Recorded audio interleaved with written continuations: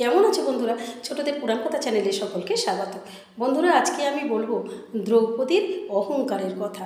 মহাভারতের বন পর্বে রয়েছে যে দ্রৌপদীর মনে একবার ভীষণ অহংকারের সৃষ্টি হয়েছিল, আর কৃষ্ণই তার সেই অহংকার চূর্ণ করেছিলেন। পঞ্চ পাণ্ডবরা যখন 12 বছরের জন্য বনবাস এবং 1 বছরের জন্য অজ্ঞাতবাসে বেরিয়েছিলেন, তখন তারা বিভিন্ন বন, বিভিন্ন রাজ্য পরিভ্রমণ করেছিলেন। বিভিন্ন বনে তারা কিছুদিন করে থেকেছিলেন।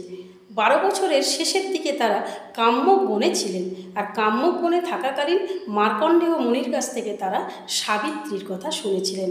সাবিত্রী তার সতীত্বের জোরে তার স্বামী সত্যবানকে যমের হাত থেকে কিভাবে বাঁচিয়ে এনেছিলেন সেই কাহিনী মুনি তাদের বলেছিলেন, এবং এটাও বলেছিলেন যে সাবিত্রীর মতো এত বড় সতী এই ত্রিভুবনে নেই।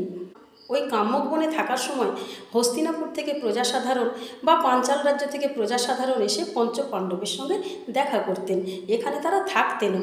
এছাড়া আশেপাশের জনপদ থেকে মানুষজন এসে পঞ্চ পাণ্ডবের সঙ্গে দেখা করতেন। কৃষ্ণ পঞ্চ পাণ্ডবকে বললেন যে এবার তোমাদের এই স্থান পরিত্যাগ করতে হবে, কারণ অজ্ঞাতবাসে যাওয়ার সময় হয়ে গেছে। এই জনগণ যদি এখানে থাকে তাহলে কিন্তু তোমাদের অজ্ঞাতবাস সফল হবে না। তখন যুধিষ্ঠির বললেন, সখা, তুমি যা বলবে আমরা তাই করব, বলো আমাদের কোথায় যেতে হবে। তখন কৃষ্ণ বললেন, তোমরা আমার সঙ্গে চলো, উপযুক্ত স্থান দেখে তোমরা অজ্ঞাতবাসে যাবে। বন্ধুরা, আজকের এই পর্যন্ত। পরের দিন বলবো এর পরের অংশটুকু।